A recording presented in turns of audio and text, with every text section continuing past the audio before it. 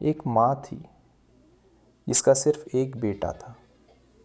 उसे कभी खाना खिलाती, कभी उसके नन्हे हाथ पकड़कर हंसाती। माँ की दुनिया बस उसी नन्हे वजूद के गिर्द घूमती थी। बेटा बड़ा हुआ, अपने ख्वाबों के पीछे चला गया और माँ उसे खिड़की से हाथ हिलाकर रुखसत करती रही। हर दिन माँ उसी खिड़की के पास बैठी, उसका इंतज़ार करती। वो बेटा एक मसरूफ़ शहर में खड़ा अपनी ज़िंदगी की रफ्तार में खो गया। कभी माँ अपने बेटे की बचपन की तस्वीरें देखती, आंखों में आंसू, पुरानी यादों में खुश होती। दिन गुजरते गए, माँ बार बार कॉल करती, शायद बेटा फ़ोन उठाए और घर आ जाए। लेकिन बेटा दफ्तर पर काम में मसरूफ़ था और माँ का फ़ोन टेबल पर बजता रहा और नज़रअंदाज होता। फिर माँ ने अपने बूढ़े हाथों से बेटे के लिए बर्थडे केक बनाया।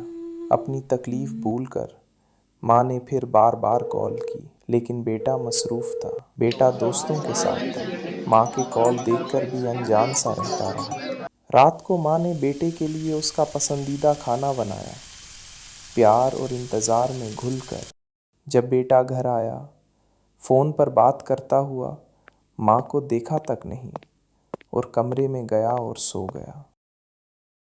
माँ ने अकेले ही उसके बर्थडे केक काटा, मोमबत्ती बुझाई, बेटे के लिए दुआ की।